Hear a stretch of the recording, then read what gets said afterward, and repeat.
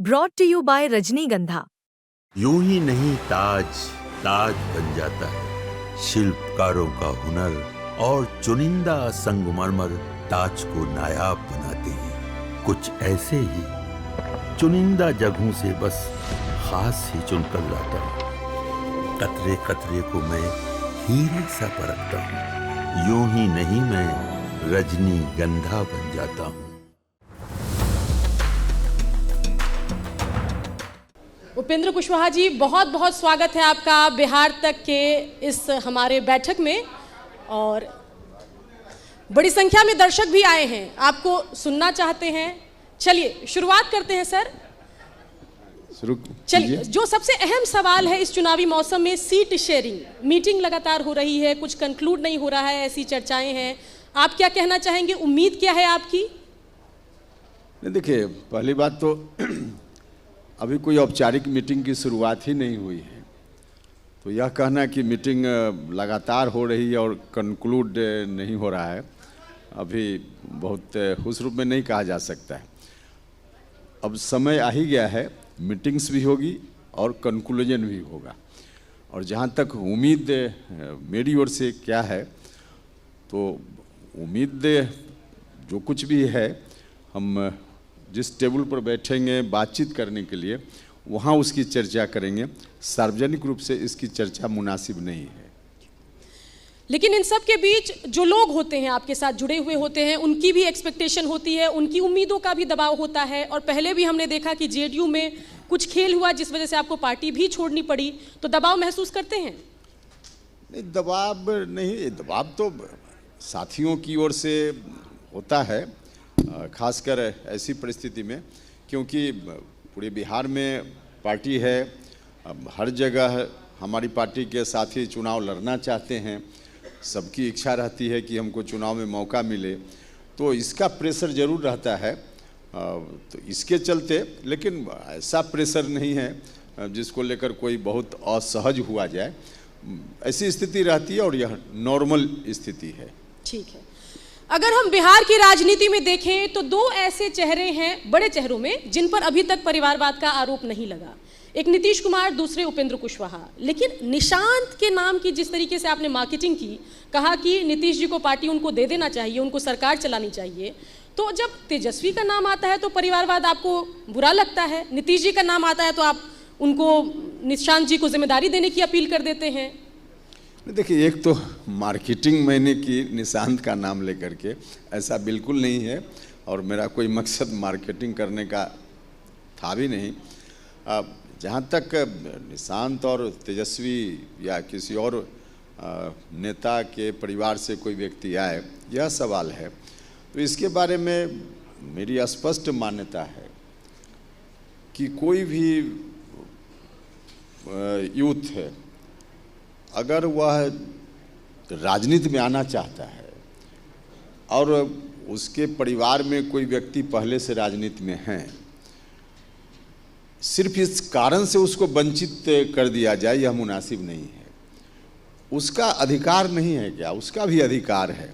हाँ, उस लायक है कि नहीं है, जनता की सेवा करने में उसकी रुचि है कि नहीं है, जनता की सेवा ठीक तरीके से वह कर पाएगा कि नहीं कर पाएगा, अगर इस तरह की योग्यता उसके अंदर है, तो उसको सीधे यह कह देना कि नहीं नहीं आप किसी नेता के परिवार से हैं इसलिए आपको राजनीति में आने का हक ही नहीं है, यह उचित नहीं है। और हम सबके मामले में, तेजस्वी हो या कोई, सब मामले में हम इसी तरह की राय रखते हैं। हाँ, सीधे ला करके कहीं कोई उस योग्य नहीं है फिर भी जगह पर बैठा दे कोई, तो उसमें थोड़ी हम एतराज जरूर व्यक्त करते हैं। ऐसी क्या योग्यता आपने निशांत में देख ली जो सीधा कहा कि भाई इसको पार्टी संभालने दे दीजिए? हमने, आप जिसकी चर्चा कर रहे हैं, एक ट्वीट मैंने किया था और उस ट्वीट में जो कुछ भी लिखा था उसके संदर्भ में आप बता रहे हैं। उस ट्वीट में हमने कहीं से नहीं यह लिखा था या कभी हमने यह नहीं कहा नीतीश जी को कि नीतीश जी आप इसको, निशांत को पार्टी की जवाबदेही सौंप दीजिए, हमने बिल्कुल नहीं कहा। हमने नीतीश कुमार जी, हाँ संदर्भ, क्योंकि उस दिन निशांत के जन्मदिन का वक्त था, तो जेडीयू गिफ्ट कर दिया आपने? हमने जेडीयू आपने गिफ्ट कर दिया सर निशांत को? नहीं, हमने कहा ना कि हमने उसमें यह भी नहीं लिखा कि जेडीयू, हमने उसको शुभकामना दी और उसी दिन उसी ट्वीट में साथ साथ हमने नीतीश जी से आग्रह किया कि नीतीश जी आप 20 साल से, लगभग 20 साल से बिहार में सरकार चला रहे हैं और बहुत ही अच्छा काम कर रहे हैं, विकास का काम हर तरह से 20 वर्षों में लंबा अनुभव आपने प्राप्त किया है, तो इस अनुभव का लाभ बिहार की जनता को मिलना चाहिए, इसलिए मुख्यमंत्री के रूप में अभी या आगे भी आप बने रहें, इसकी आवश्यकता है। लेकिन काम का जो बोझ है उनके ऊपर, इस बोझ को देखते हुए मैंने उनको सलाह दी कि पार्टी का दायित्व अब छोड़ने के बारे में कोई निर्णय आप लीजिए। निर्णय उनके ऊपर हमने छोड़ा है, किसको दीजिए यह हमने नहीं कहा। आप उस ट्वीट को, या कोई भी श्रोता दर्शक जहाँ भी सुन रहे हो देख रहे हो, उस ट्वीट को निकाल कर देख सकते हैं। उसमें हमने यह नहीं कहा कि नीतीश जी आप इनको या इनको या इनको या निशांत को सौंप दीजिए। हमने उनसे आग्रह किया कि आप खुद डिसीजन लीजिए, हमने यह कहा। मतलब आपने रिटायरमेंट की का मशवरा दिया पार्टी से? नहीं, रिटायरमेंट की बात नहीं है। याद होगा आपको, जिम्मेदारी डेलीगेट करने के लिए बोला, याद होगा आपको या बाकी लोगों को भी, अभी नहीं एक बार और ऐसी स्थिति आई थी जनता दल यूनाइटेड में, जब भी नीतीश कुमार जी 2 पद पर थे और बीच में एक दूसरे राष्ट्रीय अध्यक्ष भी थे, आरसीपी सिंह जी, उस वक्त राष्ट्रीय अध्यक्ष थे आरसीपी सिंह जी, और सरकार में भारत सरकार, उस वक्त भी यह बात आ गई थी। तो जवाबदेही ज़्यादा होने पर काम करने में कठिनाई होती है, इस ख्याल से हमने कहा, बाकी कोई रिटायरमेंट की बात इसमें नहीं। ठीक है, एक सवाल इसी से जुड़ा हुआ सर, आपने कहा कि काम का बोझ ज़्यादा है, तो ललन सिंह, संजय झा, ये सब नहीं पसंद आया आपको? सीधा निशांत? हमने कहाँ कहा कि निशांत को दीजिए, हम तो बार बार वही बोल रहे हैं ना। हमने कहा कि नीतीश जी कोई डिसीजन लीजिए इसके बारे में, क्या डिसीजन लेना है यह उनका विषय है ना। और हम अलग पार्टी में हैं, जेडीयू का आंतरिक मामला है, उसमें हम डायरेक्ट किसी व्यक्ति का नाम प्रपोज कर दें, कहाँ संभव है। तो हमने ऐसा किया भी नहीं है, हमने सीधे कहा कि डिसीजन लीजिए। अब क्या डिसीजन लेंगे हम आज भी कह रहे हैं कि उनका विषय है ना ये। ठीक है, बढ़ते आगे। एक तरफ जेडीयू है, उसके अलावा अगर हम बात करें तो तेजस्वी यादव से आपकी खींचतान मुझे पिछले 3-4 सालों में दिखाई देती है। जैसे ही तेजस्वी यादव को एज अ फेस कहीं डिक्लेयर करने की बात आती है, आप वो पार्टी छोड़ देते हैं, वो गठबंधन छोड़ देते हैं।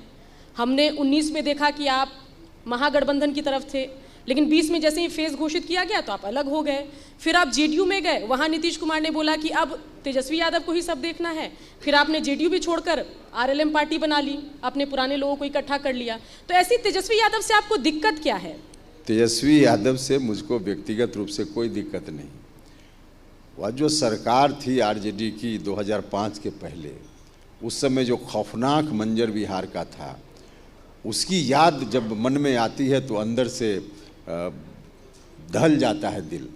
तो उस दृश्य को हम जब सामने लाते हैं तो हमको लगता है कि आरजेडी का शासन, तेजस्वी मतलब फिर आरजेडी का शासन, और उस शासन को जितना हमसे बन पाएगा नहीं आए वह शासन, इसका हम प्रयास करेंगे। तो इस ख्याल से हम यह बात कर रहे हैं, बाकी तेजस्वी से व्यक्तिगत हमको क्या परेशानी होगी। लेकिन दिखता है सर कि जैसे ही उसको सीएम दावेदार के तौर पर कोई घोषित करता है तो आप असहज हो जाते हैं। मतलब कैबिनेट में रहे, साथ रहे तो उससे दिक्कत नहीं, लेकिन जैसे ही सीएम फेस घोषित किया जाता है तो लगता है कि आप असहज हो जाते हैं, अनकंफर्टेबल हो जाते हैं और पार्टी छोड़ देते हैं या गठबंधन त्याग देते हैं। ठीक, वही तो हम कह रहे हैं कि उनके सीएम बनने का मतलब फिर वही शासन आएगा। और हम तो कह रहे हैं कि 2005 के पहले जो बिहार की स्थिति थी आरजेडी की सरकार के कारण, फिर से अगर, हालांकि दूर दूर तक इसकी कोई संभावना नहीं है, लेकिन कल्पना ही कीजिए फिर से अगर आरजेडी की सरकार, आरजेडी के नेतृत्व वाली सरकार बिहार में आ जाएगी, उस समय से भी ज़्यादा समझिए कि खराब परिस्थिति, बुरी स्थिति आ जाएगी बिहार के लिए। तो इस कारण से हम इस तरह से अपनी राय इस मामला में हमेशा रखते हैं। ठीक है, कहीं ऐसा तो नहीं है कि कोई ईगो क्लैश है, क्योंकि एक तरफ 65 वर्षीय उपेंद्र कुशवाहा जी हैं, सीएम इन वेटिंग लंबे समय से चल रहे हैं, पार्टी की इच्छा है कि सीएम बने, और खुद को आपने 2020 के बिहार विधानसभा चुनाव में सीएम कैंडिडेट घोषित भी किया अपने छोटे गठबंधन में, जिसमें AIMIM, BSP जैसे दल थे, और दूसरी तरफ तेजस्वी यादव है जो 35 साल के आसपास हैं, डिप्टी सीएम 2 बार बन गए हैं, और महागठबंधन की सीएम फेस है, तो कहीं वो ईगो क्लैश तो नहीं है कि कल का लड़का सीएम बन जाएगा? इतना भी हम माने अनुभवहीन नहीं हैं कि हमको व्यवहारिक पक्ष का ज्ञान नहीं है। कोई गठबंधन, कोई पार्टी, कोई भी पार्टी हो, वह चाहती है, उस पार्टी के बाकी सभी लोग चाहते हैं कि उस पार्टी का नेता सर्वोच्च जगह पर जाए। तो हमारी पार्टी के लोग चाहते हैं, हम जिस गठबंधन को उस समय लीड कर रहे थे उस गठबंधन के लोग चाहते थे। लेकिन व्यवहारिक स्थिति क्या है? व्यवहारिक स्थिति अगर हमारे पक्ष में नहीं है तो हमारे चाहने से या कोई उस तरह की स्थिति में चाहे उससे थोड़े हो जाएगा। इसलिए ऐसा नहीं है कि हम इस कारण से बहुत व्याकुल हैं। व्यवहारिक पक्ष पर तो ध्यान रखना ही पड़ेगा ना। तो यह कहना कि तेजस्वी आ जाएंगे तो हमारा रास्ता बंद हो जाएगा, बिल्कुल कहीं से इस बात का कोई मतलब नहीं है। हम चीज़ों को समझते हैं और उसके आधार पर क्या हमारी भूमिका कब हो सकती है, कितनी हो सकती है, इस बात का पूरा ज्ञान मुझको है। ठीक है, अगर 17 से 21-22 के आसपास की आपकी राजनीति को हम लोग देखें तो उस वक्त आपने कई सारे गठबंधन छोड़े, कई सारी पार्टी आपकी विलय भी हुई, फिर नई पार्टी बनी, तो लगता है कि उस 5 साल में आपके साथ कोई ऐसा व्यक्ति था जिसने आपको गलत मशवरा दिया और आपकी राजनीति को डेंट लगा, मानते हैं ऐसा? नहीं, बिल्कुल नहीं। किसी ने राय दी हो और उसकी राय पर हमने कोई चेंज किया हो, ऐसा बिल्कुल नहीं है। जब जो परिस्थिति थी, देखिए परिस्थिति कुछ तो ऐसी रहती है जो बाहर दिखती है कि क्या परिस्थिति है, कुछ बात ऐसी होती है जो अंदर की होती है जो बाहर नहीं दिखती है। लेकिन जो व्यक्ति उस जगह पे होता है वह बाहर भी देखता है, अंदर का भी अनुभव उसको होता है। तो उसके आधार पे उस समय चाहे बाहर की स्थिति या अंदर की स्थिति जो कुछ भी थी उसको ध्यान में रखते हुए हमने निर्णय लिया। बाकी किसी ने राय दे दी हो, किसी ने गलत सलाह दे दी हो, उसके आधार पे हमने निर्णय लिया हो, ऐसा बिल्कुल नहीं। तो उन 4 सालों में ये मानते हैं, दूसरा हिस्सा जो है सवाल का सर, कि आपकी राजनीति को डेंट लगा है, बार बार एक जूनियर पलटू राम की छवि बनी है, कभी इधर कभी उधर, एक तरफ नीतीश जी पलटी मार रहे थे और उनके उल्टे में आप पलटी मार रहे थे। अब ये तो आपका शब्द है, उस पर हम क्या आपत्ति करें, आपका शब्द है। लेकिन हमने जो कुछ भी किया, जब भी किया, पब्लिक के इंटरेस्ट में किया, लोगों के इंटरेस्ट में किया। आप देखिएगा, जबकि आप चर्चा कर रही हैं तब भी, या उसके पहले या उसके बाद भी, हमने जब जब चेंज किया है तब तब हम सत्ता छोड़कर सड़क पर गए हैं। हम भारत सरकार में मंत्री थे जबकि बात आप कर रही हैं। भारत सरकार में मंत्री से पद से हमको किसी ने हटाया नहीं था और हटाए भी हम नहीं जा रहे थे। हम रहते तो रहते, खुद हमने इस्तीफा किया तो छोड़कर हम गए सड़क पर। बाद में भी या उसके पहले एक बार राज्यसभा की सदस्यता भी मैंने तब छोड़ी जब उसका कार्यकाल लगभग आधा बचा हुआ था। विधान परिषद की सदस्यता हमने 22 में तब छोड़ी जब आधा से ज़्यादा समय बचा हुआ था।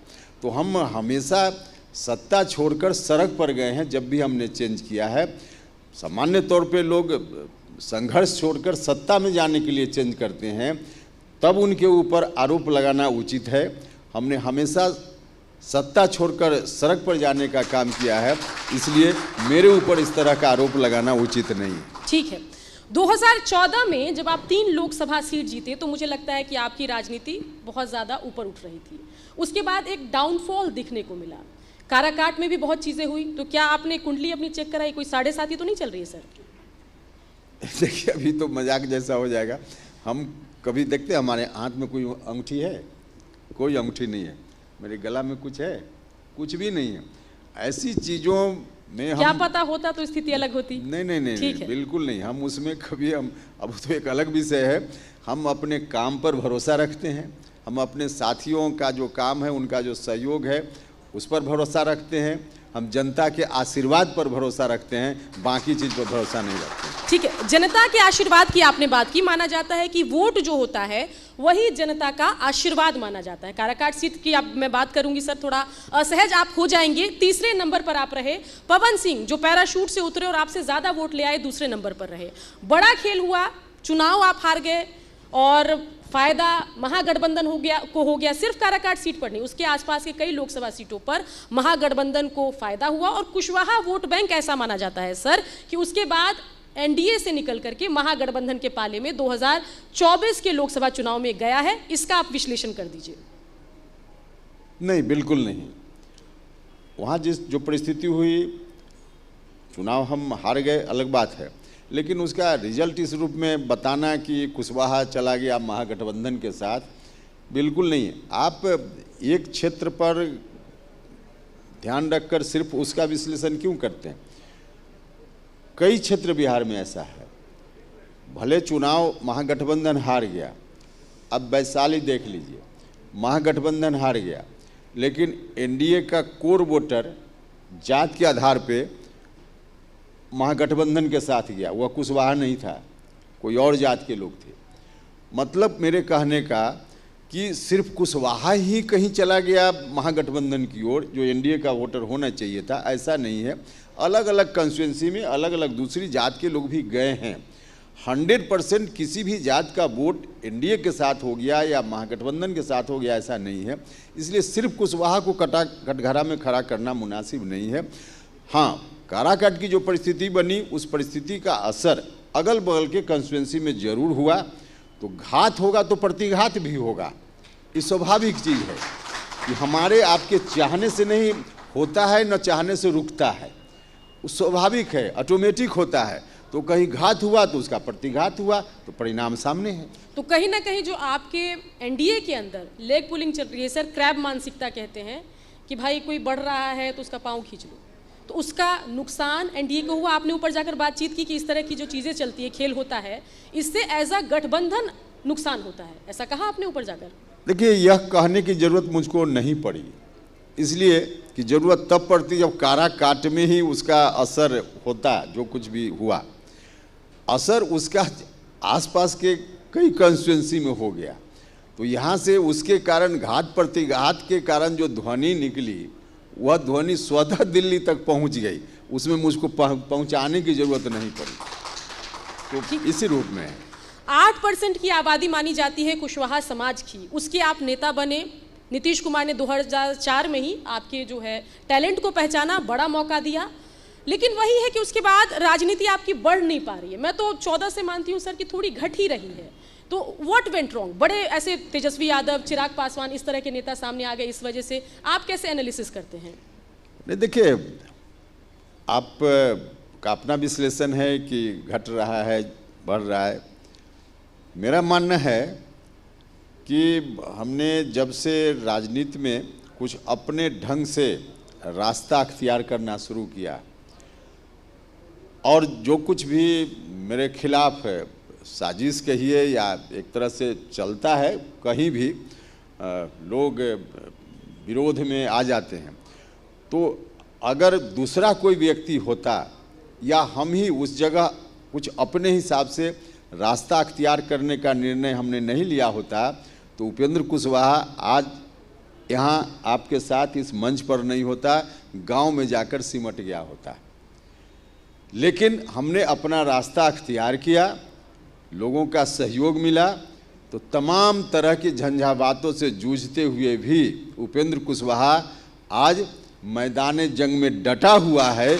यह हमारी उपलब्धि है, और इसलिए यह कहना कि कम हो गया, घट गया, ऐसा बिल्कुल नहीं है। हम डटे हुए हैं, यह लोगों की कृपा है, इसलिए हम डटे हुए हैं। ठीक है, लेकिन इन सब के बीच बात करें तो ऐसा माना जा रहा था कि नीतीश कुमार के श्रेणी के या एज ग्रुप के जब लीडर्स रिटायर होंगे तो उपेंद्र कुशवाहा जो 65 साल के हैं, इन जैसों का नंबर आएगा। लेकिन सर अब 35-40 वाले, चाहे प्रशांत किशोर हो, चिराग पासवान हो, तेजस्वी यादव हो, सब सीएम इन वेटिंग हो गए हैं। उपेंद्र कुशवाहा थोड़े धुंधले दिखाई दे रहे हैं, क्या लग रहा है? नहीं, देखिए, आप उस हमारे मन में कोई पद को लेकर हम बहुत लालायित नहीं रहते। राजनीति में है, स्वाभाविक रूप से एक आकांक्षा रहती है, लेकिन आकांक्षा की मर्यादा है। तो इसलिए पद के पीछे हम नहीं दौड़ते हैं। और जिनको आप कह रहे हैं कि वेटिंग है, अभी कोई वेटिंग नहीं, देखिएगा बिहार की जनता अभी कोई वैकेंसी ही नहीं है, उन लोगों को भी कोई मौका नहीं मिलने वाला अभी 5 साल या उसके आगे भी। तो इसलिए उस रूप में विश्लेषण करना बहुत मुनासिब नहीं है। और आदमी के लिए राजनीति में खासकर पद ही मिल जाए तो बहुत बड़ी उसकी उपलब्धि हो गई, और सरकारी कोई पद नहीं मिला तो उपलब्धि नहीं हुई, ऐसा नहीं है। ठीक है, अभी मेरी कुछ दिन पहले जेडीयू में बात हुई थी, जब निशांत को लेकर बड़ी चर्चा थी, आपका भी ट्वीट आया था, और इन सब के बीच जब मेरी बात हुई तो जेडीयू वालों ने कहा कि नीतीश कुमार को जब उपेंद्र कुशवाहा पार्टी में अपनी पार्टी का विलय करके आए थे, तो क्योंकि आप कुशवाहा जाति से आते हैं, कुर्मी कुशवाहा की वो राजनीति करते हैं, ऐसा उनके जानने वाले समझने वाले उनको कहते हैं, तो उस वक्त आपको अपना जो है घोषित कर देना चाहिए, उनको जिम्मेदारी आपको दे देनी चाहिए थी जेडीयू की, उत्तराधिकारी घोषित कर देना। हाँ, उत्तराधिकारी घोषित कर देना चाहिए था। ये गलती हो गई नीतीश कुमार से, ये उनके लोग अब सोच रहे हैं।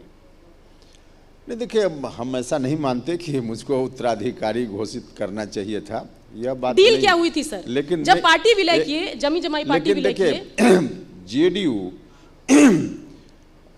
के जो समर्थक लोग हैं, बिहार की जनता जो जेडीयू के समर्थन में है, उसकी अपेक्षा, और मुझको लगता है जेडीयू के अस्तित्व के हिसाब से जेडीयू की आवश्यकता, क्योंकि जेडीयू का आधार ही शुरुआत में जब समता पार्टी बनी, फिर जनता दल यूनाइटेड बना, हम तो उस वक्त लगातार थे, और बिहार के लोगों को मालूम है कि वह जो जनाधार है उसका निर्माण शुरुआती दौर में लवकुश समाज के लोगों ने किया, बाद में अति पिछड़ा समाज के लोग जुड़े, और फिर बाकी दलित या बाकी दूसरे लोग बाद में उसके साथ होते गए। तो आधार जो है, उसी आधार से कोई व्यक्ति नीतीश कुमार जी का उत्तराधिकारी होना चाहिए, यह मेरा मानना है। और वैसी परिस्थिति में उपेंद्र कुशवाहा होता नहीं होता कोई व्यक्ति का सवाल नहीं। आज तो उपेंद्र कुशवाहा नहीं है जेडीयू में, लेकिन हमको यह कहने में कोई गुरेज नहीं है कि जनता दल यूनाइटेड आगे यदि सर्वाइवल अपना मजबूती से चाहता है तो उसको उसी आधार से किसी न किसी व्यक्ति को आगे लाना पड़ेगा,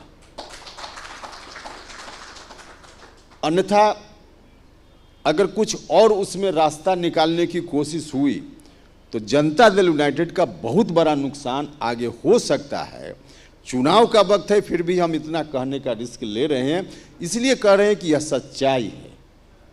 ठीक है, अगर अब चलते हैं आगे, जो विधानसभा चुनाव होना है 2025 का, उस पर बातचीत करते हैं।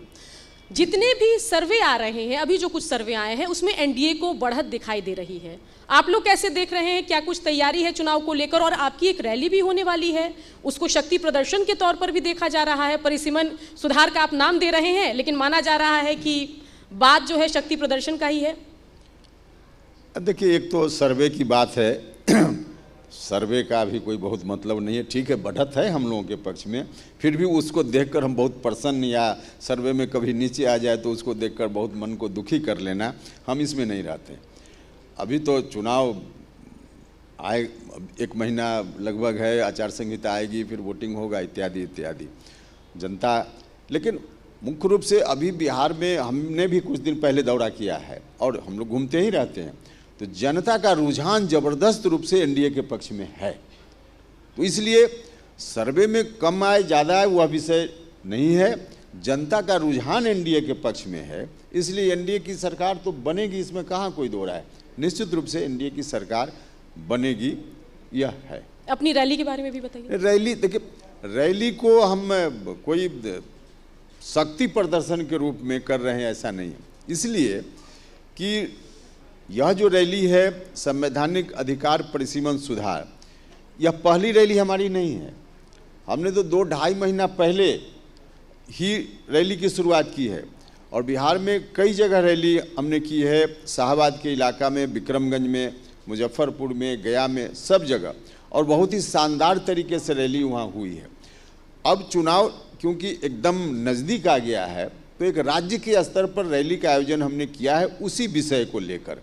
तो पहले से यह चल रहा है, परिसीमन ऐसा विषय है जो अभी के चुनाव से जिसका कोई संबंध नहीं, यह राष्ट्रीय स्तर का इशू है, बिहार के स्तर का इशू नहीं है मात्र। तो इसलिए यह कहना कि हम शक्ति प्रदर्शन उस नाम पर कर रहे हैं, बिल्कुल नहीं है। पहले से जो रैली का सिलसिला है वही हम आज भी कर रहे हैं। हाँ, बिहार भर से लोग आएंगे और रैली बहुत ही अच्छी होगी, क्योंकि बिहार के हित का इशू है। बिहार के साथ परिसीमन नहीं होने के कारण जो अन्याय हो रहा है, उस अन्याय के खिलाफ यह रैली है। इसलिए रैली अच्छी होगी, लेकिन शक्ति प्रदर्शन के रूप में नहीं है। ठीक है, लेकिन इन सब के बीच तेजस्वी यादव का कल डांस बड़ा वायरल हुआ। लग रहा है नाच गाकर, फिल्मों में एक्टिंग करके, क्रिकेट खेल के लोग आगे निकलते जा, कैसे कहेंगे सर?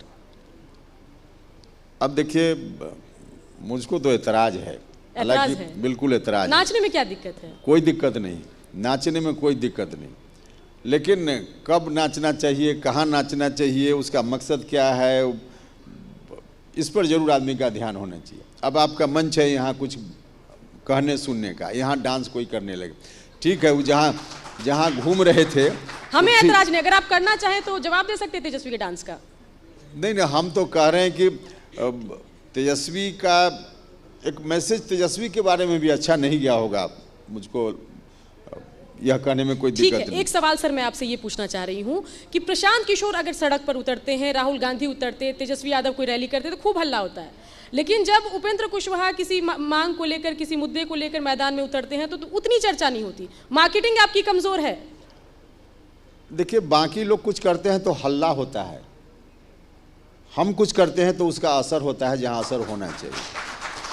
तो हल्ला करना, हंगामा खड़ा करना हमारा मकसद नहीं है। उनका मकसद ही हंगामा खड़ा करना, तो हंगामा होता है।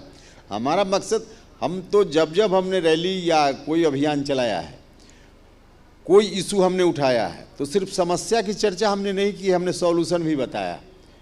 और पहले भी हम शिक्षा सुधार का अभियान चला रहे थे तो सॉल्यूशन बता रहे थे, और उसका असर 25 सूत्री डिमांड शिक्षा के संदर्भ में राज्य की सरकार से उस समय हमने रखा था।